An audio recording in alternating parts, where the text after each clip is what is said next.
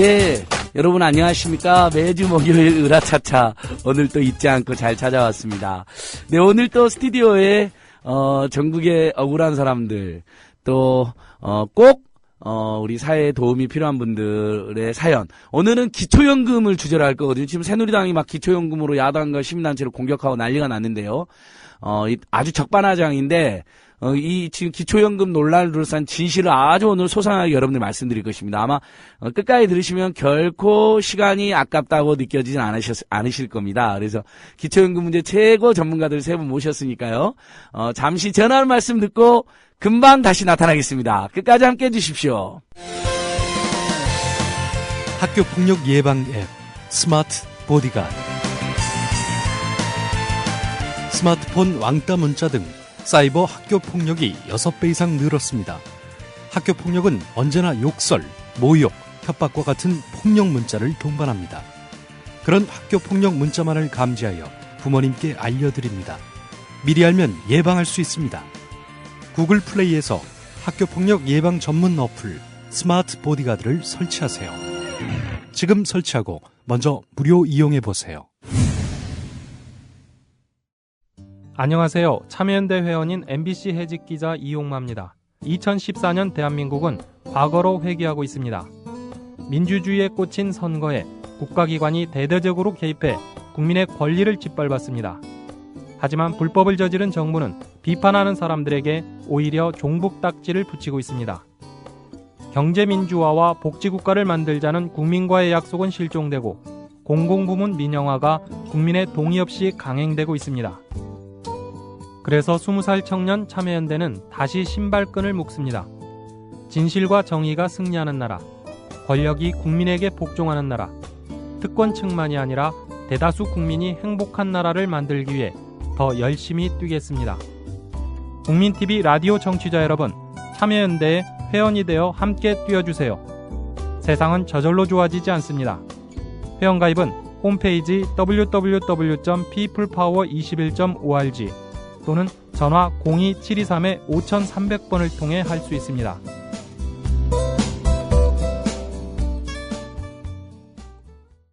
네, 여러분 다시 돌아왔습니다.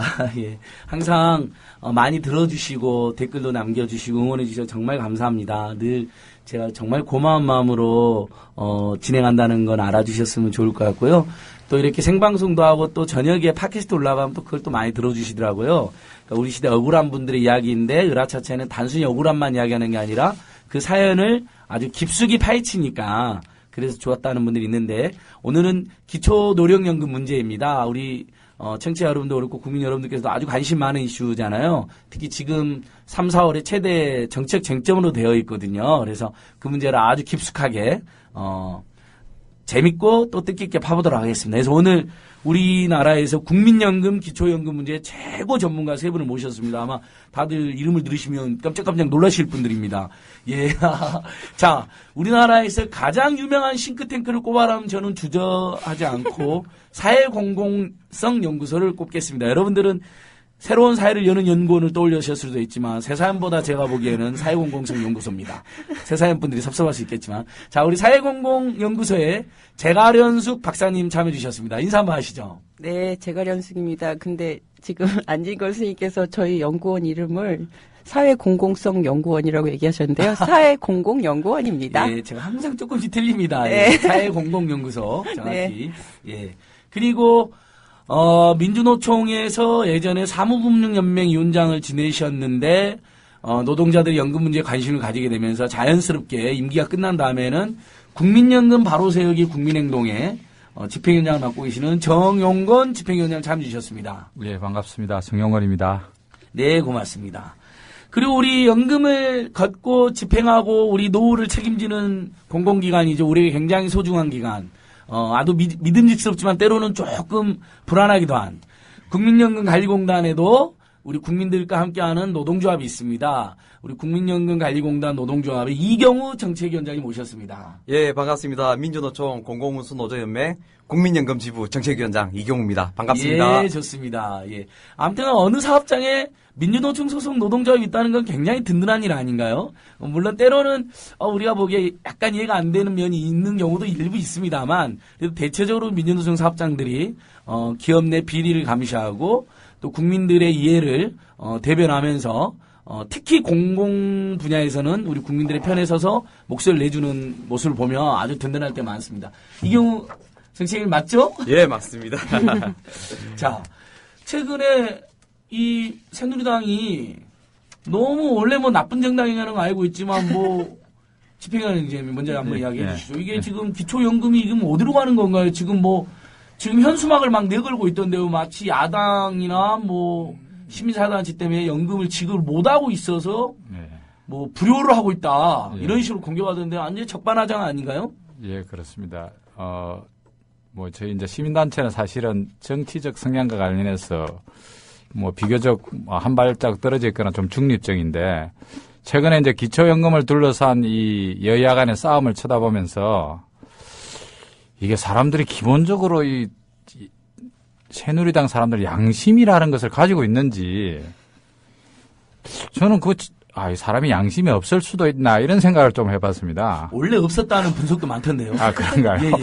그러면 아마 일리가 있을 것 같은데 사실은 이제 이 기초연금과 관련돼서 2012년에 이제 대통령 선거에서 새누리당의 박근혜 당시 후보가 내가 대통령이 되면은 모든 노인들에게 기초연금 20만 원씩 지급하겠습니다. 이게 가장 성공한 공약이에요. 엄청난 현수막이죠.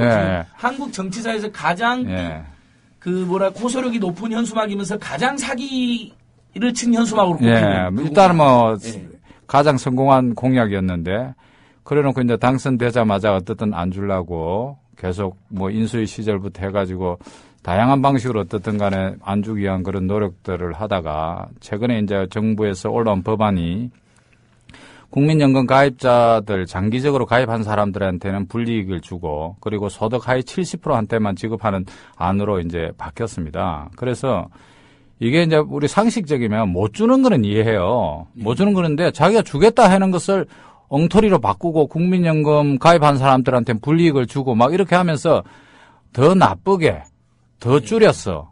그렇게 그러면서는 거꾸로 이제 또 민주당 보고 불효막심당이라고 욕을 하는데 불효막심당. 네, 불효막심당으로 욕을 하니까 저게 적반하장도 좀 유분수고 저 최경환 원내대표 같은 사람이 정말 저런 사람은 양심이 없겠구나 이런 생각을 안 할 수가 없네요. 그러니까 일단은 분명히 박근혜 대통령이 공약으로 그렇죠. 모든 노인에게 20만 원씩을 오히려 문재인 후보는 단계적으로 지급하겠다고. 소득 8분위 노인에게 20만 원이었나요? 소득 8분위에 단계적으로 이렇게 지급하겠다고. 그러니까 노인분들 입장에서는 아이고 문재인보다는 박근혜네. 그래서 물론 이제 원래 노인분들이 박근혜를 찍을 가능성이 높았다고는 하지만 그렇죠. 그래도 상당히 영향을 끼친 것으로 분석되고 있는데 그럼요. 되자마자 그 입을 바로 말을 바꾼 거죠. 그런 겁니다. 그러니까 요즘 이제 금융에서 보면은 불안전 판매 이게 아주 중요한 큰 이슈잖아요. 대통령도 불안전 판매하면은 완전히 혼내주라고 이렇게 하는데 대한민국 금융 역사에 이렇게 큰 이 금융 투기 사기 사건 이거 별로 없었다고 봅니다. 제 당군 이래 최대 공약 사기 사건 그런 거죠. 과언이 아니다. 좀 쉽게 풀어서 이야기하면 박근혜 은행에다가 구자를 트면 구자 트는 사람한테 모두 20만 원씩 주겠다. 아, 얘가 적절한데요. 역시 사무금융연맹 위원장님답게. 그렇게 했는데 딱 대통령 되자마자 우리 구자 튼 사람은 고맙기는 하지만 다 드릴 수는 없고 처음부터 줄 생각도 별로 없었다. 이거 시대의 불안전 판매고 전무후무한 향후 한국 금융사에서는 이런 아마 보기 힘들 것 같습니다. 그걸 박근혜 대통령의 최측근이었다가 보건복지부 장관이었던 진영 장관이 그런 고백을 했었죠. 그렇죠. 처음부터 그럴 생각은 아니었는데 그냥 그런 식으로 공약 내걸었다. 고백을 하고. 고백이 곳곳에서 나옵니다. 지금, 김무성, 김무성 의원은 뭐라 그랬죠, 최근에? 본부장이 그냥 써준 거 읽었을 뿐이다, 대통령은. 써준 거 읽었을 국민을 뿐이다. 뭐 속였다 뭐 이런 표현도. 예, 그러니까 써기도 읽었던 뿐이고 밑에 참모들이 제대로 못한 것처럼 이렇게 이제 이야기를 하고 진영 장관 같은 경우에는 사실은 친박의 핵심 실세 장관이 있지 않습니까? 얼마나 이 안이 나쁜 안이면 특히 국민연금과 연계해가지고 이렇게 차별적인 안이 나쁜 안이면 실세 장관이 그 주군을 버리고 떠나면서 여왕의 남자가 주군을 버리고 떠나면서까지 이 안을 반대했던 거 아닙니까? 최근에 여왕의 남자에서 배제돼 있던데요. 완전히 그러니까 그 일로 찍힌 거죠. 그렇게 나쁜 안입니다. 지금 이 안이 그렇죠. 정말로. 진영 장관마저도 그거 했더라. 네, 우리 재활연수 박사님. 네. 자, 일단 노인 빈곤율이라든지 이런 거 굉장히 우리가 계속 자료를 내면서 우리가 국민들이 호소하고 있는데 네. 이번 그 새누리당 안에 문제점을 박사님 좀 시간을 많이 드릴 테니까요. 네. 한번 편안하게 쉽게 네. 우리 청취자들에게도 한번 쭉 한번 설명을 해주시면 좋을 것 같아요. 네, 지금 정부가 만든 안하고 새누리당이 지지하는 같은 아니고요. 이게 기초연금 법안으로 지금 나와 있는데 현재 국회에서 합의를 통해서 이거를 정부는 강력하게 통과시키려고 하고 있고 사실 합의할 수 없는 내용을 지금 일방적으로 받아들이지 않으면 어르신들한테 돈 못 드린다 이런 걸로 지금 지방선거를 하려고 하고 있습니다. 협박을 하고 있는 거예요, 지금. 심각하게. 그러니까 보통 자기들이 뭔가 약속을 못 지키면 머리를 수그리고 죄송한데 이렇게 됐다. 좀 이런 과정이 있잖아요. 일반적으로 정치 과정이. 근데 지금 정권과 새누리당은 적반하장의 수준이 굉장히 이제 도가 지나치고요. 제도적인 측면을 이제 말씀을 드리면 지금 정부안 자체가 심각한 거는 그러니까 덜 들이고 적게 들여서가 아니에요. 기존 질서를 다 분배의 질서를 무너뜨린다는 점에서 심각한 건데 아까도 이제 말씀드린 것처럼 모든 어르신들 65세 이상 어르신들에게 동일한 액수의 20만 원을 드린다는 건 복지 철학적 의미에서 시민권을 갖고 있는 대한민국의 모든 국민이 똑같은 권리를 향유한다는 측면에서 보편적 복지를 드디어 시행할 수 있는 거였거든요. 그래서 열광했다고 저는 생각해요. 그리고 그렇게 얘기할 때는 이게 복잡하지 않죠. 모든 국민이 다 이해할 수 있어요. 그렇죠. 이거는 정말 어린 학생들부터 어르신들까지 쉽게 이해할 수 있는데 이제 이게 재정상의 이유 그리고 뭐 기타 후세대 부담 이유 이걸 내세워서 이 안 자체를 깨기 시작합니다. 이 깬 부분에서도 정치적 측면, 철학적 측면 두 가지 다가 문제가 되는데 정치적 측면에서는 일단은 여러 가지 해석이 있어요. 아까 말씀하신 것처럼 선거 공약은 사실은 내용적으로는 국민연금하고 연계를 하려고 했는데 공약에 나가선 딴소리한 사람일 수도 있고요. 아닐 수도 있고요. 우리가 알 수가 없어요. 이걸 무슨 조사관처럼 조사할 수는 없는 거고. 근데 어쨌든 약속한 건 안 지켰다는 측면에서 근데 안 지키고 나서 뻔뻔한 거거든요, 지금. 지난 1년 동안 정부와 새누리당은 공약을 파기한 거를 어떤 논리로 정당화했냐면 잘못된 공약은 바꿔야 된다. 잘못된 공약 자기네가 만든 거예요. 그런 부분을 정당화함으로 해서 향후에 선거 공간 안에서 복지 정책을 갖고 사람들이 선별할 수 있는 기준이 없어지는 거예요. 이제 복지 가지고 누가 무슨 얘기를 해도 어차피 안 지켜질 텐데 저거 뭐 되고 나면 다 딴소리 하던데 이게 이제 일상화되는 거거든요. 심각하죠, 그게. 그러니까 보수들이 원하는 게 이거였구나. 복지 지들이 마치 할 것처럼. 저는 깜짝 놀랐어요. 박근혜가 이거래? 정말로? 와, 대단한데? 이렇게 생각했는데 설마 그럴 리가로 확실히 좀 믿기는 좀 어려웠죠. 어렵지만 정말 한다면 진짜 한다면 좋은 일인데 한다면 박수 친다. 근데 그거는 현실화되지 않은 거죠. 그리고 그러므로 해서 이 보수 세력들이 얻은 건 향후의 한국의 진보를 바라는 모든 세력이 아무리 복지 얘기를 하더라도 국민들이 안 믿게 하는 효과를 준 거죠. 아주 정말 비열하네요. 그렇죠? 이거는 정치적으로 이후에 우리나라가 복지 갖고 민중들이 그렇게 시민들이 그렇게 열망해도 갈 수 없는 정치를 만든 거예요. 그러니까 정책 측면에 이게 문제가 있고 제도적인 거는 이제 국민연금과의 연계 얘기를 저희가 계속 주장을 해왔잖아요. 이거는 제일 심각한 게요. 국민연금 가입자를 차별하겠다는 거예요. 근데 우리나라 노후소득보장제도의 가장 핵심적인 제도는 국민연금이거든요. 그렇죠. 현재 그 1세대 어르신들 수급률이, 그러니까 받고 계시는 분들을 수급자라고 얘기하고 예. 몇 프로가 받나 이게 수급률인데요. 예. 수급률이 사실은 20에서 30 사이 정도고 예. 받고 계시는 급여의 수준, 그러니까 국민연금 액수 사회적으로 받게 되는 것을 우리가 급여라고 하는데 예. 이 수준조차도 사실은 최저 소득 수준보다 낮아요. 예. 그럼에도 불구하고 우리가 이걸 발전시키고 좀 더 많으신 분들이 혜택을 받게끔 노력해야 되는 건 국가죠. 예. 근데 지난 시기 국가 계속 무슨 짓을 해왔냐면 될 수 있으면 국민연금 제도에 대해서 모든 국민이 불신을 갖게끔 하는 모든 걸 조장해왔어요. 야, 연기금 고갈난데 예. 제도 이렇게 가다가는 재정이 위험해서 운영할 수 없대. 이 얘기의 주 핵심 세력은 국책연구소였고요. 정부 예. 관료였어요. 예. 이상하게 그럼 정부가 어떤 정책을 추진하면 우리 시민진영 단체가 보통은 반대하는 거잖아요. 예. 근데 연금에서만 이상하게 국책연구소는 연금에 대해서 불안하게 얘기를 했고, 마치 국민연금제도 없어지길 바라는 네. 사람들처럼. 근데 우리는 그거를 아니에요. 연금은 좋은 거예요. 좋은 제도요. 고갈되지 않을 네. 거예요. 이상하게 예. 요 안에서 국가가 지급보장하면 되지 않겠어요? 그렇죠. 근데 그 법도 새누리당이 지금 거부해서 통과 안 되고 안 있죠. 되고 관료들도 예. 거부하고 있고요. 이상한 놈들이네. 참 이해가 안 되네. 그러니까- 자기들이 운영하면서 자기들이 망할 것처럼 말한단 말이에요. 그러니까 예. 이게 운영은 하되 이 운영의 목적이 다른 데 있구나 이놈들은. 예. 이런 의심은 벌 수가 없는 거죠. 그렇죠. 예. 그래서 그런 부분이 하나 있는데 근데 기초연금을 도입한다는 건 우리가 상식적으로 생각할 때 국민연금 플러스 기초연금이 되는 거잖아요. 예. 그러면 국민연금을 받든 안 받든 국민연금을 오랫동안 가입했든 짧게 가입했든 기초연금을 통해서 우리가 나이가 들었을 때 조금 더 안정적으로 살 수 있는 어떤 기틀을 만들자 예. 이걸 기대하는데 그렇죠. 예. 기초연금을 들여오면서 국민연금 가입자들 중에 장기 가입자들에 대해서는 너 기초연금 덜 받아. 예. 이런 설계를 한다는 거죠. 그러면 가입자 입장에서 국민연금 오래 들 필요가 없구나. 그렇죠. 더 서럽고 그럼요. 뭔가 불이익을 당하는 것 같고 이게 실제 불이익을 당하기도 하고. 그렇죠. 이게 예. 상식적 판단이기 때문에 이런 국민의 상식적 판단에 반대되는 제도가 복잡해지고 어려워지는 예. 것도 문제지만 상식적 판단으로부터 벗어나는 제도를 아무렇지도 않게 지금 정부와 새누리당이 지금 추진하고 있다는 게 문제가 되겠습니다. 네, 제갈 현숙 박사님. 우리 제갈 공명의 후예시죠?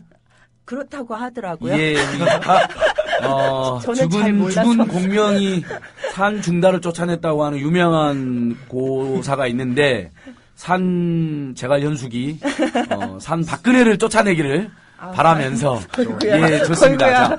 자, 이쯤에서 우리 국민연금 이경우 집행위원장 굉장히 분노하실 것 같아요. 결국 그러니까 핵심이 이거잖아요. 지금 우리 청취자 여러분 조금 복잡하긴 한데, 일단, 국민을 속였다. 중대하게 거짓말치고 소득 8, 90분이 노인분들에게는 한 푼도 안 주는 제도로 전면적으로 후퇴했다. 그리고 보편적 복지가 훼손이 됐고 공약도 훼손했다. 두 번째는 그 나머지 70% 소득계층에 주는 것도 국민연금하고 연동해가지고 네. 국민연금을 성실하게 오랫동안 낸 사람에게는 돈을 조금 주는 것으로 해서 부당하게 차별하고 그러면 연금을 가입하는 사람들이 내가 국민연금 성실히 가입할 필요가 없잖아. 이런 느낌을 들게 만드는. 네. 그래서 기존의 국민연금 체계까지 불안을 가중시키는. 그렇죠. 그럼 이제 이경우 정책위원장님께서는 이제 국민연금 원래 그 노동자 예, 출신이신 거, 직원 출신 거지. 예, 이제 지금도 편하게 말했을 직원입니다. 때. 예, 그러니까요. 예. 그러면서 지금 노조 전임 잠깐 와 계시는 예, 거죠. 그렇습니다. 그 굉장히 지금 직원분들이랑 국민연금에서 일하신 분들은 굉장히 분노라든지 크다고 들었습니다. 걱정이. 그 부분을 예. 실제로 연금 관리공단에서 일을 하시고 계시니까 네, 예. 조금 더 이렇게 부연해서 한번 이야기해 주시면 좋을 것 같아요. 예, 제가 벌써부터 말씀도 드리기 전에 얼굴이 벌게가지고 예. 좀 화가 났습니다. 예, 예. 우리 제갈 현숙 박사님하고 제가 성격이 좀 비슷한데 우리 제갈 박사님이 그 고조되는 목소리를 듣는 것만으로도 저는 지금 벌써 화가 났는데 네네. 첫째 새누리당 당명 좀 바꿨으면 좋겠습니다. 개뻥당으로. 개뻥당. 예, 예. 아, 개뻥당으로 좋습니다. 좀 바꿨으면 좋겠고요. 개누리당이라고 그러실까 봐 깜짝 놀랐는데. 개누리당이나 개뻥당으로. 예, 예. 예. 나중에 이제 앉은 걸 막말했다고 나올까요? 근데 괜찮습니다. 이런 막말을 해도 됩니다. 예, 예. 왜냐하면 국민의 복지와 정치 신뢰를 바라는 어떤 풍자 같은 거니까요. 예, 예, 예. 저는 이번에 박근혜 대통령이 기초연금 대선공약 내걸었다가 지금 후퇴시키면서 결과적으로 이제 사기친 거죠. 예. 가장 큰 피해자가 국민연금 노동자들이라고 생각을 합니다. 물론 우리 국민들은 노후에 아직 이 법이 통과되지 않았기 때문에 통과 안 될 겁니다. 우리가 통과 안 되도록 예. 또 힘을 써야 되는 거고 지금 현재 이 국민연금 장기 가입자에게 국민연금을 오랫동안 가입하면 할수록 기초연금을 덜 주겠다는 것은 국민연금 제도를 정부가 국가가 앞장서서 그 불신을 조장하겠다는 거예요. 그 이제 저희들은 일선 국민연금공단 지사에 많은 항의 전화도 오고 작년 같은 경우에도 이제 한 3만 명의 임의 가입자들이 나가셨어요. 이제 결과적으로 먼저 이제 결과만 말씀드린다면 임의 가입자로 나가신 분들이 그렇게 불안해 하지 않으셔도 된다. 왜냐하면 대한민국에는 박근혜 정부와 새누리당만 있는 게 아니라 야당과 노동시민사회단체들이 있고 또 우리 국민TV가 있기 때문에 절대 지킬 수 있다라고 생각을 합니다. 이제 우리 국민연금공단 직원들이 어떤 생각을 하고 있는지 아마 제일 궁금해하실 겁니다. 저희가 작년 10월 말에 국정감사 기간 동안 공단 직원들 대상으로 설문조사를 했습니다. 물론 이제 조합원들만 한 거 아니에요. 비조합원들도 설문에 참여할 수 있도록 저희가 이제 룸을 열어드렸고 그 중에서 이제 국민연금공단 전체 직원들이 다 참여한 건 아니지만 저희가 한 30% 가량은 자율적으로 참여한 거고 그 중에 94% 정도가 국민연금 제도에 악영향을 미칠 것이다. 그리고 국민연금공단 직원 92%가 이 안에 대해서 지금 반대하고 나선 겁니다. 그런데 우리 아마 지방에 계신 분들 같은 경우에는 국민연금공단 관리자들이 지역 일간지에 이렇게 기고문을 좀 많이 실은 걸 보셨을 거예요.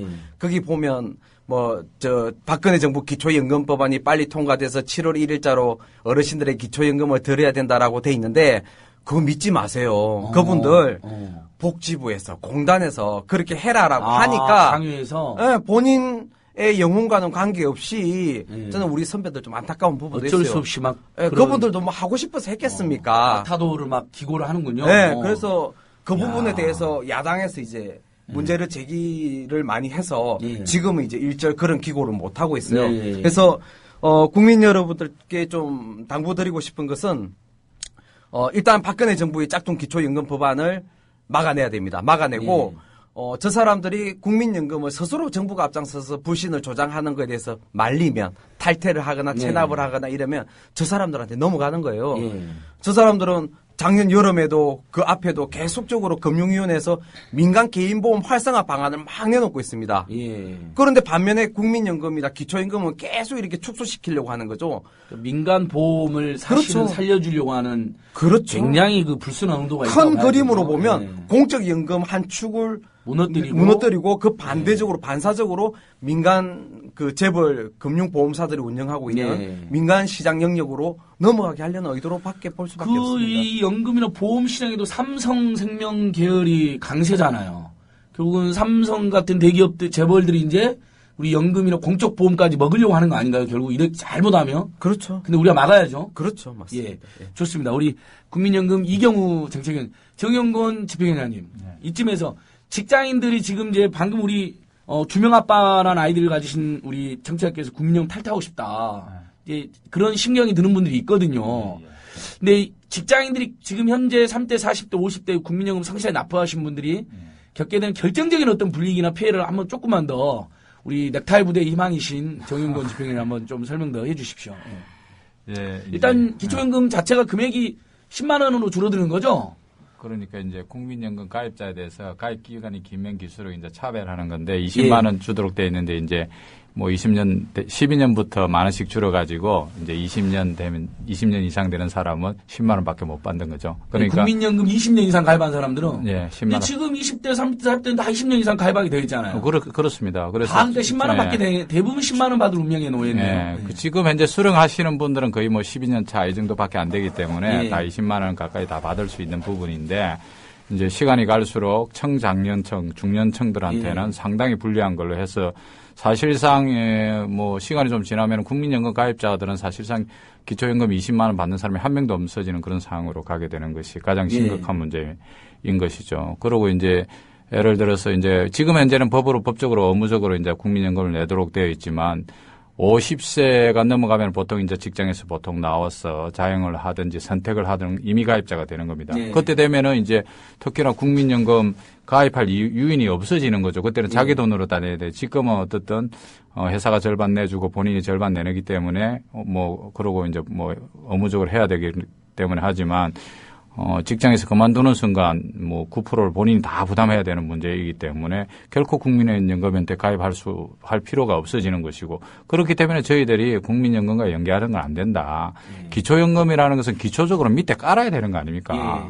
기초가 없이 어떻게 나머지 부분이 될 수 있는 기초연금을 밑으로 깔고 국민연금 그다음에 퇴직연금, 개인연금 이런 식으로 공사가 돼야지 기초가 제대로 안 되니까 성수대교가 무너지는 거 아닙니까? 그 꼴 또 보고 싶은지 박근혜 정부에서 정말 왜 그러는지 모르겠습니다. 좋습니다. 그러면 아무튼간 지금 직장인들은 굉장히 다들 이제 알만한 사람들은 분노하고 직장인들은 예. 인터넷 검색에서 국민연금 탈퇴하는 법이 인터넷 검색 1번 뜨기도 하고 이렇게 그러니까요. 해서 근데 사실은 대한민국의 노후빈곤 문제가 심각하기 때문에 그리고 실제로 뭐 전체 산 노후를 준비하는 사람이 50% 이상이 국민연금에 의존한다고 이렇게 하고 있는 상황에서 이 직장인들마저 국민연금에 탈퇴하겠다고 이렇게 하면은 대한민국의 이 고령화 속도가 이렇게 빠른 상황에서 대한민국 미래가 준비될 수가 없다고 봐야죠. 국민연금보다 효자효녀가 있을 수가 없잖아요. 없습니다. 일단은 재벌 대기업이 하는 민간연금이라는 건 다 자기들 이윤 다 빼고 주는 거기 때문에. 그럼요. 뭐 제가 낸 만큼으로 가장 많이 받는 게 국민연금인 건 이거는 그걸 확실하고 그거 한 번만 좀 설명해 주십시오. 예, 민간 개인 보험사 같은 경우에는 이제 그 첫 번째 그 제도 운영의 목적이 그 주주들의 영리 추구입니다. 그렇죠. 모든 기업이 그렇듯이 그렇기 때문에 저희들이 일반적으로 나온 자료에 의하면 개인 민간 보험 같은 경우에 1을 넣었을 때 내가 찾아갈 수 있는 수익이 0.8 정도 이렇게 된다고 봅니다. 관리 운영비라든지 뭐 홍보비라든지 뭐 이런 비용을 제외하고 나면. 그런데 국민연금 같은 경우에는 이제 2028년 이후에 국민연금 급여율이 낮아진 이후에도 최소 1.2에서 뭐 3배 가까운 수익을 보도록 지금 설계되어 있기 때문에 수익적 측면에서 뭐 사회보장 제도 자체가 수익성이 목적은 아니지만 이제 굳이 수익성을 이야기하자면 민간 개인 보험사하고 비교할 건 아니다. 이 점은 확실히 공단 직원이자 노동운동하는 한 사람으로서 자신 있게 말씀을 그건 드립니다. 뭐 제가 현숙 박사님 실제로 그건 뭐 우리 학계라든 연구자들 사이에서도 뭐 공적 보험이 이른바 우리 4대 보험이 어떤 민간 자본 보험보다도 뭐 이러면 그 국민들 입장에서 유리하다는 조사는 다 나와 있는 거죠? 그럼요. 그러니까 아주 좀 아까 말씀하신 것처럼 이걸 수익률이라는 표현을 하는데요. 수익률을 민간 시장에서 여러분들한테 개인 보험 들 때 오셔서들 막 이것저것 설계해 주시잖아요. 그리고 TV 광고도 나오잖아요.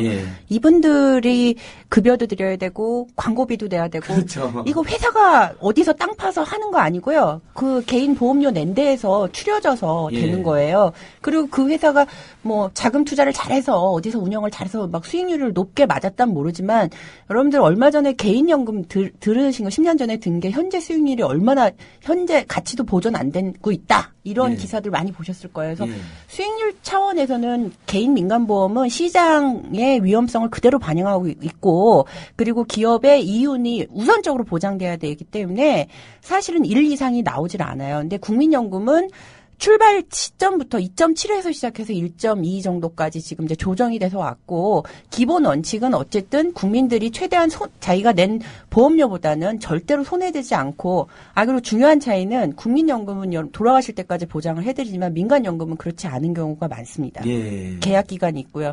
그리고 이제 아까 말씀하신 것 중에 국민연금 장기 가입자분들에게 기초연금이 깎이는 부분들 때문에 이제 직장 가입자들이 화나는 부분이 있잖아요. 근데 또 하나 이제 어제 이제 밝혀진 사실 중에 하나는 뭐가 있냐면 이 기초연금을 계산하는 산식에 여러분들 이제 이게 막 복잡해요.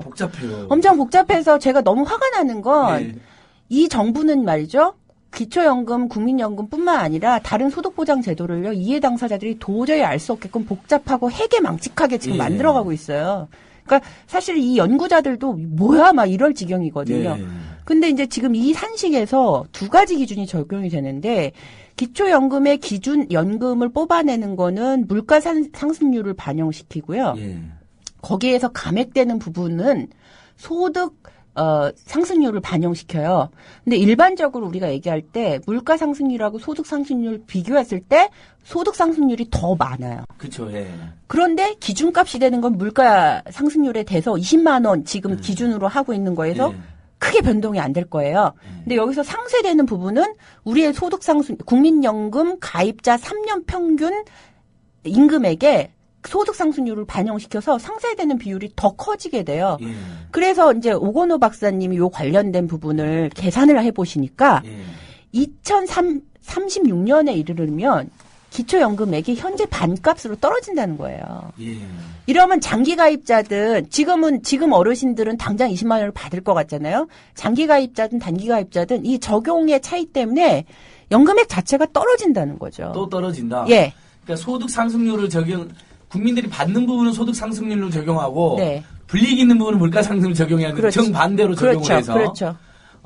오르는 받아야 될 부분은 물가 상승률 정도로 제한해 놓고 그렇죠. 오히려 삭감 부분은 소득 상승률을 계산하니까 국민들이 이중 삼중의 손해가 발생하는 거잖아요. 예. 그 어떤 분이 이렇게 설계를 하셨는지 정말 이렇게 날이 지나갈수록 정말 기가 찬 거예요. 와, 국민들을, 어떻게 이런 생각을 해낼 수 있을까? 계속해서 기만하는 방식인데 결국 이제 아주 근본적으로 우리가 국민연금 소득 대체율이 원래 60%까지 설계됐다가 40%로 내리면서 그 나머지를 기초연금으로 주자 이런 사회적 대타협이 있었는데 이 사회적 대타협 합의마저 지금 이게 근본적으로 훼손되는 거잖아요. 그러니까요. 그런 겁니다. 예. 이 부분에 대해서도 우리가 지금 당시 그때 새누리당도 그 합의를 같이 했잖아요. 그럼요. 근데 지금 이제 제가 좀 예, 설명을 그렇죠. 이경호 집행위원님. 예, 제가 그때 당시에도 2007년도에도 제가 현장에 있었기 때문에 예, 제가 내용을 정확하게 아는데요. 그때 2007년도에 국민연금은 5년에 한 번씩 재정 재계산을 하도록 이제 법에 규정이 되어 있습니다. 그게 뭐냐면 국민연금 가입자가 얼만큼이고 한 해 들어오는 보험료가 얼마고 그리고 한 해 연금을 받아가시는 분이 어떻기 때문에 이 국민연금 기금이 지금 한 420조 정도 이렇게 돼 있다 그러는데 그게 2050년, 60년 미래까지 어떻게 우리가 그 적립기금을 쌓아갈 것인지에 대한 종합적인 계획을 5년에 한 번씩 하도록 돼 있는데 그게 2003년에 있었고 그다음에 2008년도에 있었는데 2008년도 3차 국민연금 재정 계산하기 직전 연도 2007년도에 이제 국민연금 개혁 저쪽에서는 개혁이라 그러는데 저희는 개혁이라 그러죠. 그때 당시에 법 개정된 거를. 그래서 그때 당시에 이제 지금 민주당의 전신인 열린우리당과 지금 새누리당의 그 전신인 한나라당이 이제 그 국민연금과 기초노령연금 도입에 대해서 논의를 했어요. 그때만 해도 저는 이제 다시 한번 정부와 정치권에게 좀 강하게 비판하고 싶은 게 국민연금 제도는 국가가 운영하는 겁니다. 그런데 2007년도 전후로 계속해서도 보수 언론과 그다음에 정부가 앞장서서 국민연금 제도에 대한 불신을 계속 키워왔는데 그 핵심이 뭐냐면 적립기금 고갈이라는 이야기였어요. 저희들은 뭐 적립기금 고갈이라고 이야기를 안 해요. 왜냐하면 적립기금 소진이라고 이야기해요. 왜냐하면 항구적으로 이 제도 설계할 때 적립기금이 계속 쌓아 적치돼 갈 것을 예상하고 만든 제도가 아니라 지금의 독일이나 서구 유럽 국가들처럼 독일 같은 경우에도 제가 봤을 때 뭐 10일치나 일주일 정도밖에 이제 적립기금이 없는 거잖아요. 지금 우리나라 건강보험 재정 방식으로 적립기금 자체가 없는 겁니다. 국민연금도 나중에 가면 그렇게 제도가 이제 그 바뀌어 나갈 건데 2007년도에 국민연금 기금 적립기금 소진을 상당히 우려스러운 것으로 국민들에게 공포로 만들어 놓고 국민연금 지급하는 소득 대체율을 깎자. 죄송합니다. 이 소득 대체율 하면 또 내용이 어려운데 쉽게 말씀을 드리자면 2007년도까지 국민연금 소득 대체율이 60%였는데 2008년도는 50%로 깎았다가 매년 0.5%씩 깎아가지고 2028년도까지 40%까지 깎이도록 만든 겁니다. 그렇죠. 쉽게 말씀드리자면 저는 학자가 아니기 때문에 쿨하게 말씀을 드리겠습니다. 월 소득이 100만 원인 사람이 국민연금 가입자가 매월 보험료를 9만 원을 냅니다. 그 9만 원을 40년 동안 납부했을 때 소득 대체율 60만 원은 현재 가치로 미래에 매월 60만 원을 받도록 설계한 것이고 소득 대체율이 40%라는 것은 그런 식으로 계산해서 40만 원을 매월 받도록 현재 가치 반영해 줘서 확 줄어든 거잖아요. 확 줄어든 그렇죠. 그래서 그때 당시에 기금 고갈론을 앞세우면서 여야가 이제 그 국민연금 소득 대체율을 삭감시켰습니다. 그런데 국민연금 급여가 전 세계에도 이렇게 한꺼번에 많이 깎은 나라가 없습니다. 그래서 이제 유시민 전 장관께서 복지부 장관 하실 때 그 보완제로 도입된 게 기초노령연금입니다. 지금 이제 기초연금 도입하자고 한 그 기초연금의 현재 정확한 명칭은 기초노령연금입니다. 그래서 이제 기초노령연금을 삭감된 국민연금을 보완해주기 위해서 도입한 거예요. 그렇죠. 정확하게 그런 거죠. 그래가지고 그때 2007년도 정확하게 기억을 합니다. 4월 25일 날 당시 열린우리당의 강기정 의원님 그리고 당시 한나라당의 그 박재환 전 의원님이 두 분이서 실무 합의서를 적었는데 거기 뭐라고 돼 있었냐면 국민연금과 기초노령연금은 병급 조정하지 않는다. 쉽게 이야기하면 중복 지급한다라는 대원칙 하에서 이 제도가 설계된 거예요. 그렇기 네. 때문에 지금 와가지고 기초연금, 국민연금 많이 받는 사람에게 좀 더 가입한 사람에게 기초연금 지급할 때 삭감시키겠다. 이것은 기초노령연금 도입 취지에도 역행하는 것이고 국민연금 삭감된 걸 되돌려놔야죠. 그러면 그렇기 그렇죠. 때문에 예. 지금 박근혜 정부와 새누리당에서 주장하고 있는 그 국민연금 가입자 역차별하는 그 방안은 절대 말도 안 된다. 저희들은 그렇게 주장하고 네. 있는 겁니다. 예. 일단 거기까지 우리가 좀 최근 쟁점과 역사를 좀 짚어봤고 지금 새누리당은 이제 궁지에 몰리니까 계속 이야기하는 게 이제 요거 집행위원장님 한번 해주셔야 되는데 원래 자기들이 20만 원 우리가 물론 우리는 원래 그렇게 주장했지만 우리보다 어떻게 보면 자기들이 먼저 선거 슬로건으로 모든 노인분들에게 20만 원 지급하겠다고 들고 예. 나와서 예. 당선됐으면서 갑자기 이제는 말을 바꿔가지고 예. 왜 이건희에게도 지급을 하라는 거냐 하는 식으로 예. 자기들이 약속해놓고 갑자기 우리를 공격한단 말이죠. 그런 식으로. 예. 그 부분은 일부 시민들 중에는 또 그 부분에 대해서는 약간 헷갈려 하신 분이 있는 것 같아요. 집행위원장님. 그러니까 예. 그 부분은 저희가 어떻게 설명을 드리는 게 제일 좋을까요? 예. 저희가 이제 주장하는 것이 이제 보편적 기초연금을 도입합니다. 그래서 네. 모든 노인들에게 기초연금을 다 지급해라 이렇게 이야기하고 있고요. 그러면 이제 이건희한테도 줘야 되냐 이렇게도 아주 극단적인 이야기하면서 사례인데. 예. 극단적인 사례인데 그런 부분들은 세금으로 다 해소하면 된다는 것입니다. 예. 이게 이제 선별적으로 지급하려 하면은 여러 가지 기준도 있어야 되고 행정 비용도 많이 들어가야 되고 또 그 여러 가지 기준을 넘어가지고 받는 사람도 생기게 됩니다. 또 예. 그리고 이제 사각지대가 반드시 생기게 됩니다. 이게. 예. 예? 최근에 이제 송파 세모족께서 돌아가셨는데 기초생활보장급의 어떤 이제 지원을 못 받았지 않습니까? 그렇죠. 그때 대상이 되면은 다 지급하고 그 중에서 뭐 많이 받는 사람을 해소하는 이런 방식을 안 쓰고 선별적으로 지급하다 보니까 사각지대가 엄청나게 많이 생기는 겁니다.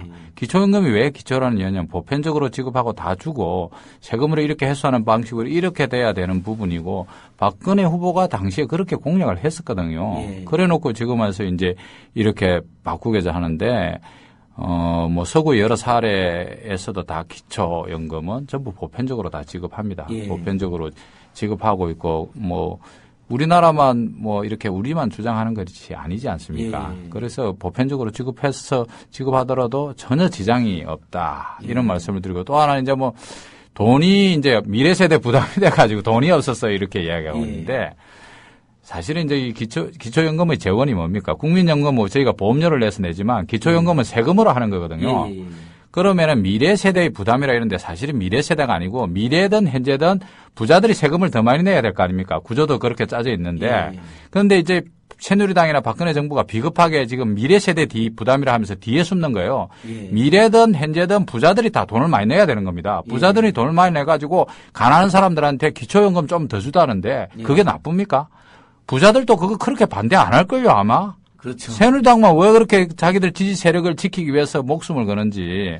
그래서 이건 미래 세대의 문제가 아니고 정확히 부자들이 세금을 좀 더 내서 가난한 사람들, 서민들한테 기초연금을 좀 제대로 지급하자는 취지이기 때문에 이거 어르신들 돈도 없는데 그러는데 돈 많이 있습니다. 우리나라 돈도 많이 있고 미래 세대도 부담도 아니기 때문에 보편적으로 지급하는 것이 정당한 방법입니다. 좋습니다. 일단 우리나라 대한민국 1년 예산이 360조 가까이 된다는 거 우리 청취자 공유 한번 드리고요. 그다음에 지금 여기 모여 있는 세 분과 제가 저도 합세해서 지금 모든 국민에게 20만 원 이야기하는 게 아니라 일단은 저번에 친환경 무상급식 때도 이미 합의가 됐던 일단 어린이하고 학생에게는 사회가 보편적으로 그다음에 이렇게 여기 모이신 이제 저희까지 해서 4명은 아직은 이제 청장년들은 좀 자기 힘으로 살아갈 조건이 되니까 여기는 약간 선별적인 그런 복지 조금 어려운 분들 중심으로 대신 또 노인 세대가 되면 그때는 사실 자기 힘으로 살아가기 어려운 분들이니까 또 한 평생을 거쳐 우리 사회를 위해서 노력하신 분이니까 그런 감사의 표시로도 많은 돈도 아니고 사실 올 20만 원도 제가 봤을 때는 솔직히 외국에 비하면 정말 말도 안 되는 수당이잖아요. 솔직히 20만 원. 그럼요. 그러니까 그런 거죠. 박사님 그 부분만 좀 특히 우리 보편적 복지하면 일부 시민들 중에는 뭐 살만한 사람한테도 왜 도와주냐 이런 분들이 일부 자꾸 있어서 그 부분 조금만 더 설명 부탁드립니다. 그 경험의 부재와 철학의 부재라고 생각을 해요. 그러니까 국가가 계속적으로 우리 국민을 어떻게 대해왔냐면 네 삶은 네가 알아서 책임져. 가서 열심히 일해. 예. 그리고 네가 가난해졌어? 그래도 일해. 일을 안 해? 왜 안 하지? 너가 일을 할 때 내가 복지를 줄게. 이런 식이었어요. 그래서 끊임없이 내가 얼마나 가난한지가 증명이 될 때, 나를 부양할 가족이 없을 때만 국가는 현금이라는 소득 지원을 했습니다. 예. 그게 이제 최근에 송파 모녀 사건도 사실은 박근혜 대통령이 어이없는 말을 했어요. 정말 어이없었죠. 그거 꼭 짚고 넘어가시죠. 저는 정말 너무 그때 이 사람이 박근혜 대통령 자기가 일해서 돈 번 적 한 번도 없는 사람으로 제가 알거든요. 그렇죠. 한 번도 저는 우리나라 관료, 정치인들, 그리고 최고의 리더가 될 사람들은 반드시 자기가 땀 흘려서 일해서 시급이 얼마인지 이 경험 해야 된다고 생각이 드는 게 현실을 몰라요. 현실을 몰라도. 자본과 노동관계도 한번 경험을 해야 돼요. 그게 얼마나 당연히 해야죠. 억압적이고 억울한지. 현실을 너무 몰라도 너무 모르는 게, 뭐, 있는 제도도 국민들이 이용하지 않으면 없는 거나 마찬가지다. 있는 제도 이용할 수 없었던 거 두 가지 이유가 있었던 거죠. 두 가지. 박근혜 대통령 말 들으면 세모녀가 왜 기초생활보장제도 신청 안 했냐고 약간 세모녀를 오히려 그런 좋은 제도가 있는데 신청 안 한 사람처럼. 굉장히 복잡하게 했어요. 이해할 수 있는 구조인 거죠. 그러니까 신청을 했더라도 혜택을 받을 수 없었고요. 그러니까. 이분들은. 그렇죠. 그리고 신청주의 자체에 대한 이제 여러 가지 문제의식이 있는데 그러면 이것을 공무원들이 적극적으로 나가서 접근해서 발굴해내고 이런 방식을 하게끔 지금 전달체계 시민들에게 전달하는 복지구조로 공공 영역의 복지구조를 짜여 있냐. 단순히 인력부터 그렇게 안 짜져 있어요. 그리고 정부가 지금 아주 핵심적으로 하고 있는 거는 수급 사회적으로 복지를 받고 있는 분들을 수급자로 하는데 이분들의 온갖 정보를 데이터망을 구축해서 누가 부정으로 받고 있지, 이 짓에 돈을 다 투자하고 있지, 거기에 인력 배치하고 거기에 돈을 투자하고 있지, 실제로 어려운 상황이 있으신 분들을 찾아내고 뭔가 제도를 소개시켜드리고 이런데 인력 배치를 안 해요. 이 현실을 다 자기는 부정하고서 이상한 말을 던진 거예요. 자, 그러면 이런 일이 안 벌어지게 하려면은 제일 기준이 되는 거 제가 아까 또 말씀드린 것처럼 대한민국 국민이고 시민이면 어떤 상황에 있을 때 바로 그 제도를 받을 수 있는 국민들이 그런 권리의식을 갖게끔 뭔가 보편적으로 깔아야 되는 거거든요. 근데 저희가 이 기초연금을 굉장히 이 보편성을 중요하게 생각하는 건 우리가 그런 경험을 무상급식에서 한번 했던 거고요. 그리고 기초노령연금 현재 어르신들 70%에게 제공해 드리는 거 정부는 70% 약속했는데요. 아주 사실적으로 70% 달성한 적이 한 번도 없습니다. 2008년부터 지금까지. 게다가 작년에는 65% 미만까지 떨어지기도 했어요. 자, 저희가 이거를 사실은 더 성장시켜서 보편으로 가져가야 되는데 정부는 지금 줄이려고 하고 있고요. 작년에 제가 한 사례를 말씀드리면 작년에 TV에서 기초연금 관련해서 아직 정부안이 결정되기 전에 어떤 안을 우리가 해야 되나 이런 TV 토론회를 했는데 이제 국책연구소에서 나오신 어떤 박사님이 저는 보편으로 해야 된다. 이분은 선별로 해야 된다 이런 주장을 하시다가 저한테 나중에 뭐라 그러셨냐면 강남에 나가보세요. 강남의 빌딩은 다 노인들 거예요. 이런 얘기를 하시더라고요. 저는 그게 되게 위험한 논리라고 생각하는 게 이건희 예를 든다거나 우리나라의 부자는 다 노인이라거나 그러면 그분들 때문에 나머지 노인들은 내가 얼마나 가난한지 내가 국민연금을 얼마밖에 못 들었는지 내가 집이 어디서 산지 이걸 끊임없이 증명해야 돼요. 그 사람들을 안 주기 위해서. 이거는 권리로서 복지를 받는 게 아니라 국민들이 끊임없이 국가의 어떤 기준에 맞춰가지고 나를 보여줘야 되는 거예요. 이런 치사한 복지제도, 이런 시혜적이고 국가가 국민 대하는 태도가 이거는 굉장히 권위적인 거죠. 그렇기 때문에 저는 기본적 틀거리를 바꾸기 위해서라도 보편적 복지로 가야 된다. 이런 적어도 수당 부분은 보편적 복지로 가는 게 맞고요.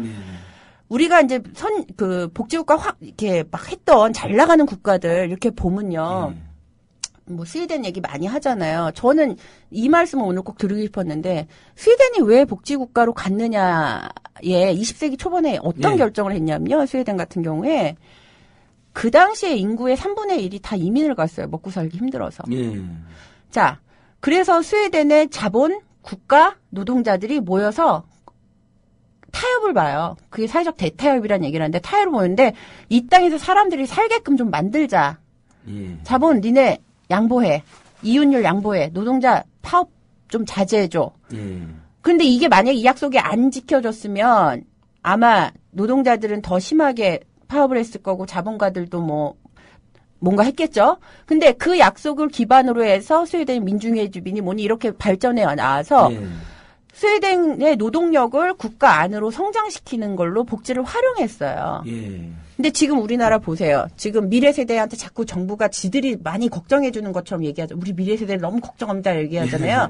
근데 제가 좀 토할 것 같은 게 대학교 졸업한 아이들을 위해서 제대로 된 일자리를 만들기 위한 그 어떤 노력도 안 해요. 지금 정부는. 그렇죠. 그러면서 미래 세대 걱정은 지들이 혼자 다 하는 것 같이 얘기를 해요. 사실 미래 세대 걱정이 아니라 기초연금을 모든 세대에게 주게 되면 모든 노인에게 그러면 부자하고 그렇죠. 재벌 대기업 세금 늘어날까봐 그게 아, 싫은 거잖아요. 그것이 복지를. 핵심입니다. 한쪽에는 그게 있는데 그러면 이 아이들이 제대로 일을 하게끔 만들어주고 그리고 출산율 낮다고 난리치잖아요. 예. 그럼 애 낳고 싶은 나라로 만들어야 될 거 아니에요. 예.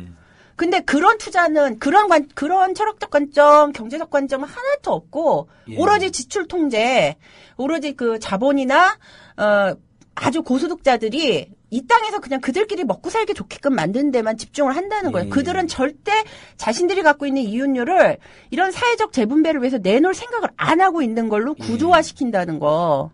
이게 문제. 그리고 그것을 위해서 끊임없이 부자한테 왜 줘야 돼? 이런 말도 안 되는 논리를 자꾸 하고 그러니까. 있다는 거죠. 그 논리가 굉장히 정말 위험하고 사회적 연대망도 파괴하고 그러니까 결국 국민이 꼭 국가에 있는 게 아니라 국가 아래 국민을 둬서 그중에서 아주 가난하다고 스스로를 모욕스럽게 증명한 사람들한테만 찔끔 주겠다 이런 거고 그럼 재벌 대기업 부자들은 어차피 세금 조금만 내고 그냥 자기들 천하를 만들겠다는 이런 저는 속셈인 것 같아요. 그런 거죠. 그러니까 예. 방금 그러니까. 이야기하신 대로 국민이 밑에 있고 국가가 그 위에 있고 그 위에 이제 부자하고 재벌들이 있는 거예요. 그런 구조로 되어 있는 거죠. 지금 그런 구조로. 그러니까 저는 더 열받는 게 그 구조에서 그럼 그렇게 잘 사는 재벌 대기업한테 왜 또 1년에 124조의 조세 특혜를 조세라든지 네. 자금 특혜를 주는 걸로 밝혀지지 않았습니까? 예. 그것만이라도 다 걷어서 예.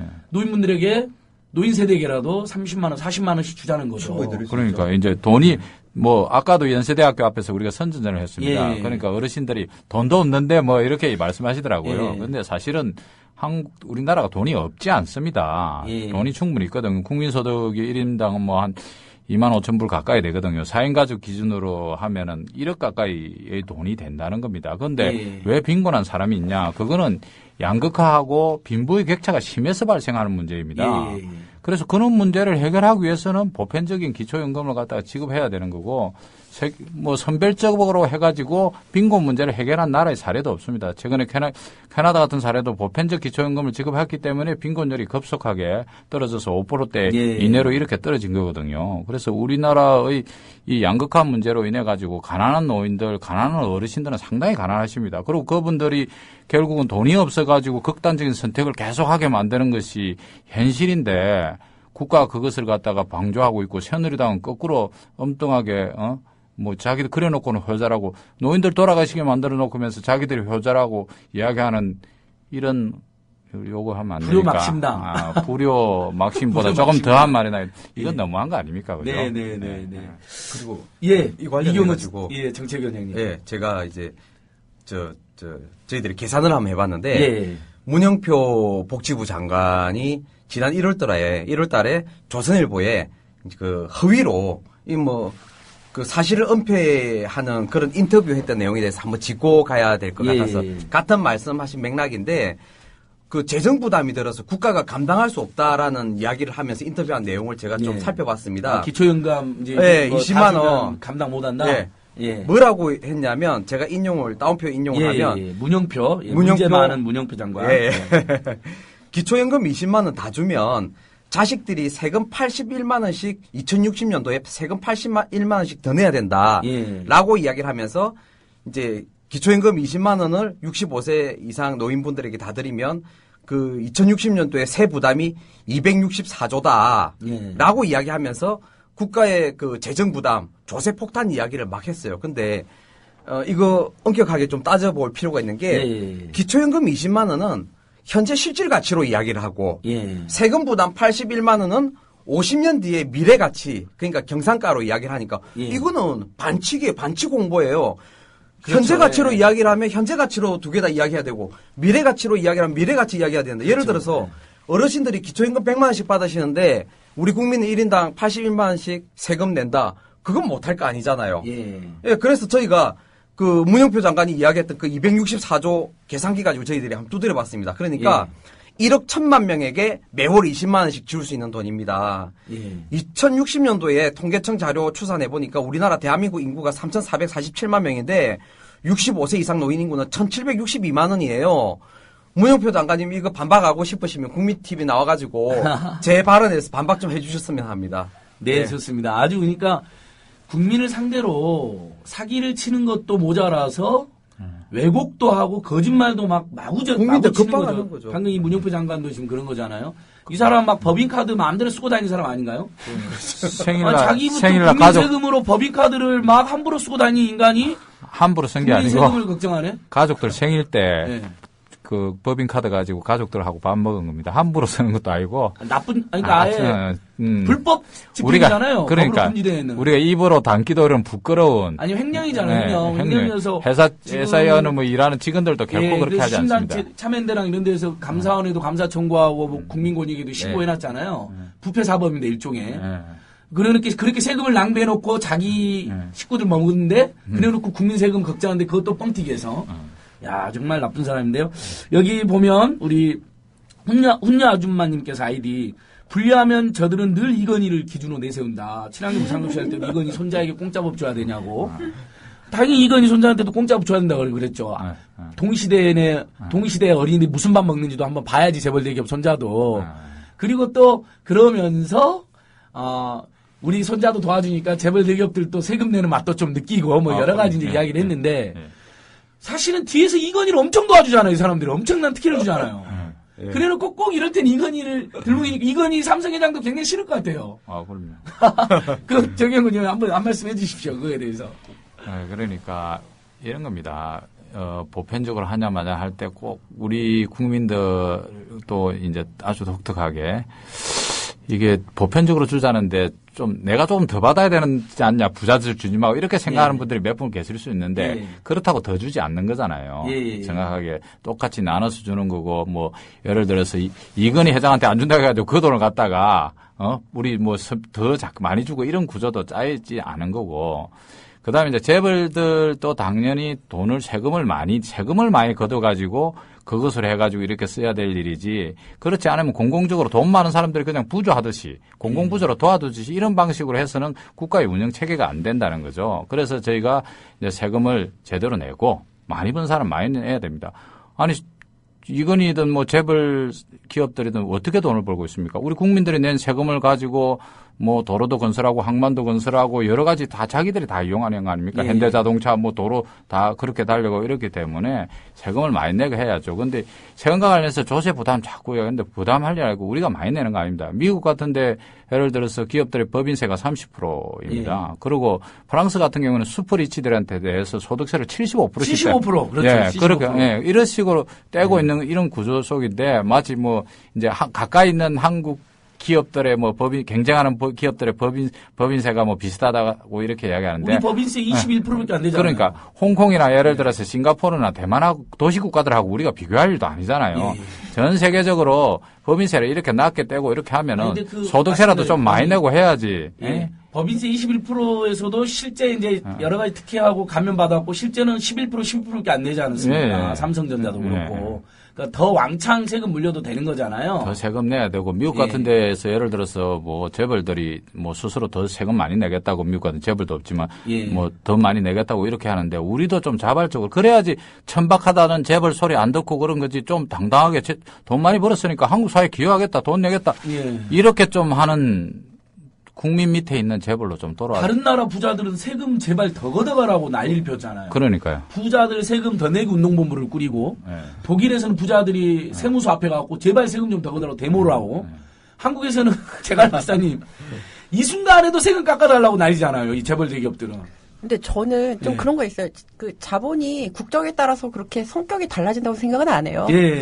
뭔가 또 다른 노림수는 있겠지만요. 그러니까 세제 혜택이나 뭐 여러 가지 측면이 뭐 있을 수 있기 때문에 국가별로 차이가 나는데 결국 이제 소위 이제 재벌로 위시된 이 자본들한테 돈을 토해내게 하는 그런 부분들은 사회적 권력 관계에 의해서 예. 규정되는데 이런 부분이 이제 국가가 우리가 사실 뭐 노동자라든가 시민들이 힘을 좀 가지려고 하면 계속 억압하는 방식으로 해서 사실 이제 그 대자본들하고 우리가 뭔가 직접적인 싸움을 할 수 없게끔 끊임없이 뭐 민주적으로 탄압을 하든 정치적 탄압을 하든 이런 식으로 나오고 있는 예. 사실 이제 이게 우리가 민주화 이후에 조금 달라졌다라고 생각을 했는데 이제 MB 정권 이어지는 이제 박근혜 정부 오면서 이런 부분이 참 힘들어졌다라는 생각이 들지만 그럼에도 불구하고 저는 어쨌든 시민들 내부에 노동자들 내부에 고양된 의식이라는 게 있기 예. 때문에 이 반대 세력들의 어떤 정책 성장이 끊임없이 될 거라는 기대가 한 축에 있고요. 이제 하나 말씀드리고 싶은 거는 지금 이제 보편성과 연결해서 지금 시점에서 정부가 주장하고 있는 이제 포인트로 다시 이제 돌아가면 예.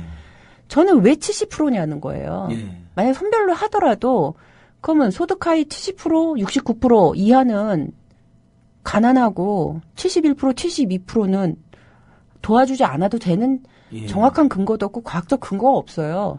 보통 소득 8분이 노인 세대에도 굉장히 소득이 없어서 가난하게 사는 분들이 많은데 일부 이제 자산이 일부 뿐이지. 자산가들 그럼 이제 살아야 될 집이 있는 경우가 많잖아요, 그냥. 예. 그러니까 지금 어떤 반응이 나오냐면 기초노령연금을 못 받고 계시는 약 68% 이상에서 예. 뭐 소득분이 90% 사이의 노인들은 어떤 반응을 보이시냐면 이분들은 국가한테 받는 혜택이 없는 거예요.